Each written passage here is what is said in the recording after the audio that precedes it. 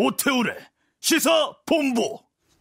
네, 20대 총선 공천심사에서 컷오프대에 출마하지 못한 이후에 야인으로 활동해오고 있습니다. 하지만 예리한 표현력과 막힘없는 입담으로 현직을 능가하는 영향력을 보여주고 있다는 평인데요. 더불어민주당 정청래 전 의원과 함께합니다. 어서 오십시오. 네, 여러분 안녕하십니까. 이 시대 참 방송인 겸 참 정치인 정청래입니다. 네. KBS 생방 라디오 스튜디오에는 몇 년 만에 나오시는 거예요? 한 10년 만에 나오는 것 같습니다. 그러시죠? 그동안 KBS가 제 역할을 못했기 때문에 예. 제가 감히 나올 수가 없었어요. 10년 전에 예. 8월 달에 네. 이거 KBS 앞에서 공정방송을 지키는 싸움을 같이 하다 예. 제가 동작경찰서로 끌려갔죠. 아, 그때 동작으로 가셨어요? 영등포로 안 가시고? 갑자기 동작 그만 그러더니 동작으로 끌고 가서 예. 23명이 그때 연행됐었어요. 예, 맞습니다. 근데 나는 잘못한 게 없거든요. 예. 그래서 묵비권을 행사해서 이렇게 경찰관이 묻더라고요. 정청래 의원님 이름이 뭡니까? 그랬어요. 묵비권. 그래서 티셔츠 남방 체크무늬 남방 티셔츠를 입은 40대 성명 미상의 남자 이렇게 기록됐었죠. 아, 10년이 흘렀네요 벌써. 예, 10년 만에 나오신 거예요 다시. 네, 그렇습니다. 그때 미디어 악법 날치기. 예. 근데 그 미디어 악법 날치기가 제가 만들었던 신문법을 휴지 조각으로 만드는 과정이었죠. 그때 이제 신문 자료, 경영 자료의 공개 의무화. 그리고 거대 신문사는 방송을 겸명할 수 없다. 예. 근데 이제 그게 없어지면서 휴지 조각 되면서 이제 종편이 나오고 그랬었죠. 그렇습니다. 20대 총선 이후에 여러 활동을 해오신 것으로 알고 있어요. 여러 활동을 해왔던 거는 지속적인 활동은 없었다라고 봐도 될 것 같은데. 아니죠. 이 시대에 참 열린으로서 열일했다는 얘기죠. 예, 열일. 네. 현재 어떤 일을 하고 계시는지 요즘 근황을 좀 말씀해 주세요. 요즘은 뭐 여전히 지방선거 때 평화철도 111 중앙 유세단장 했었고요. 당시에 그 메텔하고 또 메텔은 철이하고 이재정, 예. 그리고 철이, 박주민, 예. 이런 친구들 제가 데리고 다녔죠. 그러면 철도 기장, 중앙역장. 그러니까 1936년도 베를린 올림픽 때 손기정 선수가 서울역에서 기차 타고 베를린까지 갔거든요. 그래서 당시 서울역에는 평양도 있었고 중국도 있었고 이렇게 써 있었대요. 그래서 이제 그런 것을 상징화해서 평화철도 111 대륙으로 우리가 또 기차를 가자. 그래서 이제 그런 걸 상징화해서 지방선거 때 평화 세력인 더불어민주당에게 찍어달라 이런 취지로 이제 평화철도 111은 이제 그 중앙유세단 이름이었죠. 제가 중앙역장을 담당했죠. 예. 전문 용어로 이제 대빵이다. 공영방송입니다. 네네네. 자, 좀 되짚어 보겠습니다. 2004년에 국회에 입성하셨잖아요. 네. 당시 분위기가 뭐 탄돌이다 뭐 이런 얘기들도 많이 있었고 그런 시절에 이제 들어오셨다가 2016년에 이제 컷오프 되기까지 여러 가지 정치권 안에서 또 국회 밖에서 이 정치 상황을 많이 좀 보셨을 것 같아요. 느낌이 좀 다르실 것 같습니다. 제가 이제 소위 말하는 징검다리 의원, 홀수 의원이에요. 아, 그래요? 17대 19대, 이제 다음 21대 이렇게 되잖아요. 그러니까 원내에 있다가 원내로 갔다가 다시 또 원내로 이렇게 와 있어요. 친 국민형 국회의원이죠. 국회에 있으면 잘 못 볼 수 있잖아요. 밖에 있으면 또 잘 보고. 아주 이상적인 정치인 형태인데, 저는 뭐 현역일 때나 현역이 아닐 때나 바쁜 건 마찬가지고 또 하는 일은 또 똑같아요. 그러나 좀 더 깊숙이 국민 속으로 대중 속으로 들어가서 그들과 함께 뒹굴면서 이렇게 보게 되는데 국회의원 할 때 아내가 이런 모습이었겠구나. 참 이런 것은 좀 안 좋았겠구나. 그런 것도 요즘 많이 좀 느끼고 있고. 그러다 보니까 제가 밖에서 봤을 때 현역 의원들을 볼 때 저건 저게 아닌데 그런 것을 몸소 친히 직접 느끼고 있습니다. 네. 그러면 밖에서 본 자신의 전 모습 이건 좀 아니었었구나라고 하는 건 어떤 걸 말씀하실까요? 이런 거죠. 같은 말을 하더라도 굳이 인상을 쓰면서 말할 필요가 없다. 똑같은 말을 하는데 그냥 저렇게까지, 분노의 차이 때거나 저렇게까지 아니면 인상을 쓰면서 말할 필요가 있었을까. 어차피 하는 말은 텍스트는 같은데 그런 생각을 좀 했고요. 그리고 특히 이제 탄핵 전국 때 같은 경우는 이런 말을 한 적이 있어요. 우리 당 의원 중에. 광장의 언어와 여의도의 언어는 다르다. 네. 굉장히 대중적 분노를 일으킨 말인데 그때 사실상 지나고 보면 탄핵은 국회의원들이 표를 찍어서 했지만 네. 국민들이 요청에 의해서 밀려서 한 거잖아요. 예. 그래서 이 나라의 주인은 역시 국민이다. 그래서 그 이후로 지금은 광장이 여의도를 지배하는 정치 그리고 대중이 정치인을 지배하는 정치로 지금 이제 파워 시프트가 됐죠. 네. 참 많이 변했잖아요. 네네. 예, 국민들의 정서도 많이 변했고 네. 정치를 바라보는 시각도 많이 달라졌습니다. 네. 이번 지방선거 결과 민주당이 이제 압승을 했습니다. 네. 일부에서는 이것이 모두 다 문재인 대통령 덕분이라서 이문덕이다 뭐 이렇게 얘기도 하기도 합니다. 평가를. 여기에 대해서는 어떻게 보시는지요? 우선 현상적으로는 문재인 대통령의 지지율, 고공 지지율이 사실 승리의 첫 번째 요인이죠. 네. 그러나 문재인 대통령 지지율을 고공 행진하게 만든 것은 또한 국민이지 않습니까? 그렇습니다. 그리고 문재인 대통령을 대통령으로 만든 1894년 동학농민혁명 이래 시민혁명, 민주혁명이 최초로 성공한 것이 123년 만에 촛불혁명이거든요. 예. 그런데 그렇게 문재인 대통령을 또 대통령으로 만든 것이 또 국민들 아니겠어요. 네. 그래서 결국은 선거라는 것은 문재인 대통령도 한 표고 정청래도 한 표고 우태훈 아나운서도 한 표잖아요. 예. 결국은 국민들이 찍어줘야 당선이 되든 대통령이 되든 하지 않겠습니까? 예. 그러니까 이 모든 것은 문재인 대통령의 지지율이 당연히 더불어민주당의 승리에 1등 공신을 하지만 좀 더 내면으로 들어가 보면 깊숙한 이유는 역시 국민들 덕이다. 예.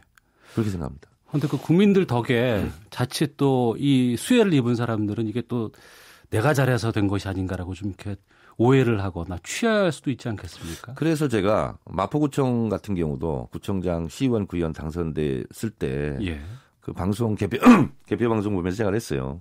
여러분들이 잘나서 똑똑해서 당선됐다고 생각하는 순간 4년 후는 없다. 항상 문재인 대통령과 당과 그리고 국민들에게 감사하는 마음으로 항상 고개 숙이고 다니라. 그래야 4년 후에도 또 다시 한번 기회가 올 거다. 그렇게 얘기를 했거든요. 모든 당선자들이 그렇게 마음을 새겼으면 좋겠어요. 예, 알겠습니다. 당권 경쟁 지금 치열하고 또 당정청 간의 여러 가지 궁금증들도 많이 있습니다. 먼저 이 시각 교통이 아니고요. 이 시각 헤드라인 뉴스 듣고 계속해서 좀 말씀을 좀 이어가도록 하겠습니다. 네, 더불어민주당 정청래 전 의원과 함께하고 있습니다. 감기 몸살에 걸려서 지난달 28일부터 휴가를 내고 휴식을 취해온 문 대통령 오늘 오후 청와대에서 수석 보좌관 회의를 주재하고 업무를 재개한다고 합니다. 또 요즘 문 대통령 건강에 대해서 여러 가지 얘기들도 좀 많이 나온 상황이었습니다. 또 이번에 탁현민 행정관의 사의 표명에 대해서 임종석 비서실장이 첫눈 오면 놓아주겠다라고 반려했다는 기사도 나오고요. 최근에 청와대에 대한 움직임도 좀 짚어보겠습니다. 탁 행정관과도 관계 많이 있으시잖아요. 네네. 통화 좀 하셨습니까? 그래서 기사를 보고 통화를 했어요, 제가. 예. 그래서 어떻게 된 거냐 그랬더니 이제 보도된 그대로고 본인은 이미 사의를 표현을 했었고 그래서 그만둬야 될 것 같다. 그리고 여러 가지 개인적으로 많이 어려움이 있지 않았습니까? 그래서 본인의 능력 그리고 기획 행사 이런 것은 충분히 능력을 인정받았고 뭐 다른 야당에서 우리는 왜 탁현민이 없냐 하고 부러워할 정도잖아요. 근데 제가 자주 통화를 했었어요. 사실 1년 동안. 예. 근데 너무너무 힘들어했어요. 힘든 이유는 뭘까요? 본인에 대한 과도한 공격 그리고 또 지나친 관심 뭐 이래 또 국회에서 논란이 되다 보니까 아무래도 본인은 힘들었겠죠. 스트레스도 많이 받고 그리고 살도 많이 빠졌었어요. 그래서 1년 정도 했으니까 본인은 이제 소임은 다 했다. 이렇게 해서 이제 관두려고 한다. 그런데 또 붙잡으니까 또 오늘 출근을 했더라고요. 눈 안 오면 어떡하죠, 이제? 그러니까요. 예. 첫눈 오면 놓아준다고 했어요, 임종석 실장이. 그래서 이제 저한테 얘기할 때는, 가을에 행사들이 많이 있는데, 그것까지는 좀 해주고 가라. 그런데 본인은 계속 이제 고사를 했는데, 또 이제 임명권자가 사표를 반려하니까 또 이제 출근을 하기로 한 것 같아요. 예. 자, 지난달 27일이었습니다. 규제혁신 점검회의를 3시간 앞두고 이제 전격 취소가 되면서 문 대통령이 좀 답답해한다라는 뉴스가 나왔습니다. 공직사회의 무사한 일, 복지부동 행태를 에둘러서 비판했다 이런 평가도 나오고 있는데 이 부분에 대해서도 좀 말씀해 주세요. 문 대통령이 잘 아시다시피 한반도 평화 문제에 대해서 외교, 안보, 국방 이 부분은 상당히 높은 점수를 받고 있는 게 사실이죠. 그런데 예. 상대적으로 어떻게 보면 민생 문제 또 최저임금제와 관련된 논란들 이런 부분에서 또 이제 일자리 창출. 예. 문재인 대통령이 일자리 대통령이 되겠다. 그리고 청와대 상황판까지 만들었는데 사실은 아직 그것을 좋은 평가를 받고 있다라고는 이제 생각되지 않죠. 그러다 예. 보니까 대통령으로서는 답답했겠죠. 본인은 지금 해외로 막 이리 뛰고 저리 뛰고 하는데 실제로 국내의 어떤 민생 문제라든가 경제 문제 이런 문제는 잘 생각만큼 속 시원하게 안 풀려가니까 네. 거기에 대한 이제 답답함을 토로하신 것 같고요. 사실 새 정부가 출범하면 집권 1년차, 2년차 때 공무원들을 다 잡지 않으면 가장 힘이 셀 때 아니에요? 그렇습니다. 예, 그래서 지금 시기를 놓치면 안 되겠다 이렇게 판단을 하신 것 같아요. 네. 공직사회가 참 무겁다라는 얘기를 많이 하는데 네. 또 현장에 계시면서도 좀 접해도 보셨잖아요. 그 무거움을 좀 타파할 수 있는 방법? 근데 공무원 내부 사회의 나름대로 고충은 있어요. 예. 제 개인적으로 판단했을 때는 정치인들은 새로운 아이디어를 갖고 새로운 정책을 시도하고 또 실행해보고 막 하잖아요. 네. 근데 공무원들은 그게 어려운 게 그렇게 했다가 만약에 잘못되면 본인만 손해보고 그런 경향이 있거든요. 예. 그러니까 공무원은 영혼이 없다. 또 복지부동이다. 이런 얘기가 나오거든요. 예. 그래서 어떻게 보면 공무원들은 승진에 목을 매는 사람들인데 선의를 가지고 새롭게 시작한 정책, 새로운 시도 이런 거에 대한 예를 들면 인사평가 기준 이런 것을 좀 마련할 필요도 있겠다 이런 생각은 들어요. 네. 그 말씀을 듣는 청취자분들께서 정청래 달라졌다라고 얘기하시는 분들 많이 계실 것 같은데. 아니 원래 그래요 저는. 저는 원래 이렇습니다. 알겠습니다. 네. 예, 원래 그러신 걸로 네. 알겠습니다. 자, 그리고 더불어민주당 쪽 가보겠습니다. 8월 25일 전당대회에서 이제 차기 당대표와 최고위원 선출하는데 경선 룰이 확정이 됐어요. 당대표는 당대표로 출마를 해야 되고 최고위원은 최고위원으로 또 출마를 해야 되는 거죠. 네. 이 상황 이제 단일성 집단 지도 체제라고 하는데 제가 출마했던 전당대회도 그렇게 했습니다. 당대표와 최고위원을 분리해서 블록을 달리해서 이제 선거를 치르는 건데 그 이후에 권역별 최고위원 사실은 이것은 민주주의 원칙에 반하는 거였습니다. 네. 왜냐하면 당원들이 서울시당위원장을 뽑았지 최고위원을 뽑은 건 아니거든요. 그런데 서울시당위원장이 된 분이 최고위원까지 겸임하는 이런 거였거든요. 그리고 최고위원은 전국을 대표하는 건데 지역을 대표하는 그 지역의 대의원들이 최고위원을 선출하는 좀 이중모순이 있었거든요. 그런데 그것을 바로잡은 것은 다행이었고 그때도 제가 그건 반대를 했었습니다. 네. 왜냐하면 최고위원 선거는 당 전체를 이끌어가는 지도부지 않습니까? 그러면 제주 당원도 대구 당원도 광주 당원도 투표권을 행사할 수 있어야 되거든요. 근데 그냥 시도당 위원장을 뽑아놓고 그분들을 그냥 최고위원으로 당 중앙 지도부로 그냥 배치하는 이런 것은 저는 좀 민주주의 원칙에 맞지 않는다 이렇게 봤는데 이번에 바로 잡아졌고 그래서 당대표 3인 그리고 최고위원 8인이 경쟁을 해서 당대표 1인, 최고위원 5인 이렇게 뽑는 룰로 바뀌었습니다. 예, 이번에 선출된 당대표는 2020년에 이제 공천권을 확보하게 되지 않을까 싶어요. 네. 뭐 3선 이상의 20여 명이 지금 거론된다고 얘기를 하는데 먼저 그 이해찬 의원 출마 문제가 아직 정리되지 않은 것 많이들 여기저기서 지적하던데 통화하셨다면서요? 제가 일찍이 예전부터 이번 전당대회는 이해찬이냐 아니냐로 규결될 거다. 그래요? 결승은? 그렇게 제가 몇 달 전부터 예언을 했는데 제가 예언만 하면 그대로 현실에서 나타납니다. 지금도 마찬가지로 이해찬 총리가 출마하느냐 안 하느냐. 그러니까 당내 의원들도 이해찬 총리 출마한대 안 한대. 출마할까 안 할까. 이게 이제 관심사항이거든요. 제가 세계 최초로 오늘 이 방송에서 공개합니다. 출마하실 것 같습니다. 그래요? 네네. 직접 말씀해 주셨어요? 그것은 밝힐 수 없고 제 감으로는 출마하실 것 같습니다. 알겠습니다. 송파을에 이번에 당선된 최재성 의원도 저희가 인터뷰를 좀 해봤어요. 그랬더니 나오십니까? 라고 질문을 던졌더니 지금은 자기가 나간다고 해서 듣는 건 아니다. 주변에서 나오라고 얘기를 하면 나가는 것이 시대 정신이다라고 얘기를 하셨거든요. 이번에 그 최재성 의원과 전해철 의원 간의 뭐 단일화 가능성도 지금 미리부터 좀 점쳐지고 있는 상황인데 여기에 대해서는 좀 들으신 게 있으신지요? 뭐 그러저런 물밑 대화가 있는 것은 알고 있고요. 네. 그런데 결국은 찍어주는 사람은 당원과 국민들이지 않습니까? 네. 근데 그분들이 단일화를 과연 원하고 있느냐 하는 문제는 생각해 볼 문제이죠. 주변의 여론이 또 중요하지 않을까? 네. 그리고 원래 좀 이따 얘기를 할 수도 있지만 네. 총선 때 정계 개편을 하지 않습니까? 국민들이. 예. 국회의원들을 선거를 하면서. 그리고 4년 후에 또다시 정계 개편을 하죠. 예. 이것이 민주주의 원칙이 맞는 거죠.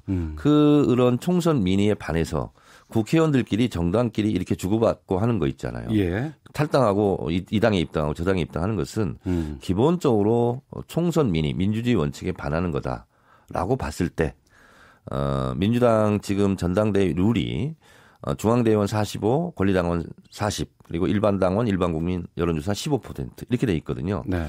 그러면 결국은 85%가 이상이 이제 당원들이 이제 결정하게 돼 있는데 그 당원들이 몇몇이 모여서 물밑에서 네가 나가고 나는 안 나갈게 하는 것을 과연 원할까 하는 부분은 생각해 볼 지점이 있습니다. 예. 그리고 이제 김부겸 장관이 그 무인심 발언을 했어요. 그래서 그것 때문에 상당한 이득이 있을 것이다라고 하고 또 한편으로는 또 그것 때문에 곤혹을 치르고 있다라고 얘기를 하는데 지금 어떻게 판단하세요? 사실은 그 문제를 수면 위로 끌어올린 게 접니다. 아, 그러셨어요? 어떤 방송에서 문재인 대통령이 사인이 있지 않겠냐 말하는 것은 대단히 부적절한 발언이었다. 왜냐하면 전당대회 판에 대통령을 끌어들이는 것이다. 그것은 적절하지 않다. 네. 그리고 문재인 대통령은 친문 계파의 수장이 아니라 대한민국의 대통령이다. 선거 때는 당 후보였기 때문에 당끼리 경쟁을 했지만 당선된 순간 대한민국의 국가원수이고 대통령인데 네. 한 개 당에 자기가 속한 당이지만 누구를 지지하고 누구를 낙점하고 하는 듯한 뉘앙스로 가는 것은 대단히 부적절한 발언이고 네. 대통령이 그럴 성격도 아니고 또 그래서도 안 된다고 봤을 때 본인이 출마하고 싶으면 장관 사표 쓰고 나가면 될 일이지 네. 굳이 대통령의 사인을 운운하면서 마치 전대에 나가면 대통령이 나를 낙점했다. 나를 지지한다. 하는 오해의 소지가 있는 발언을 했기 때문에 네. 부적절하다라고 얘기했더니 제 발언이 신경 쓰이셨는지 바로 그 부분은 부끄럽고 죄송하다라고 김부겸 장관께서 예. 급 고개를 숙이고 사과를 하셨더라고요. 예. 그건 잘하신 일이에요. 그 자유한국당은 이 더불어민주당과 달리 지금 인물이 없어서 상당히 좀 힘들어하고 있습니다. 네. 그런데 최근에 그 김성태 원내대표 지금 네. 비대위 대표가 선거구제 개편을 좀 또 들고 나왔어요. 이 속내는 뭐라고 보세요? 그러니까 대통령의 개헌을 하자 했을 때 그것을 계속 방해하고 못하게 했던 것이 자유한국당이지 않습니까? 그런데 예. 지방선거가 끝나자마자 개헌 얘기를 또 들고 나와요. 그러면서 적반하장으로 여당이 개헌할 마음이 있는지 모르겠다는 식으로 공격하고 나오던데 속내가 다 있죠. 정치인들은 발언을 할 때 항상 정치적 의도가 있습니다. 그런데 예. 그 의도가 항상 대중들에게 들켜요. 김성태 원내대표의 의도는 이거 같습니다. 개헌을 하자면서 슬쩍 선거구제 개편까지 끼워 넣어서 하려고 하는 거 아닌가.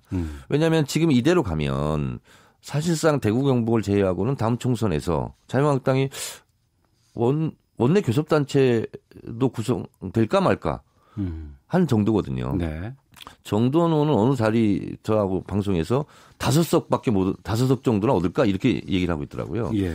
그러면 결국은 소선거구제를 개편해야 본인들도 소산할 구멍이 있다 이렇게 생각하는 거죠. 그래서 중선거구를 노리고 있는 것 같아요. 2, 3인 뽑는 거.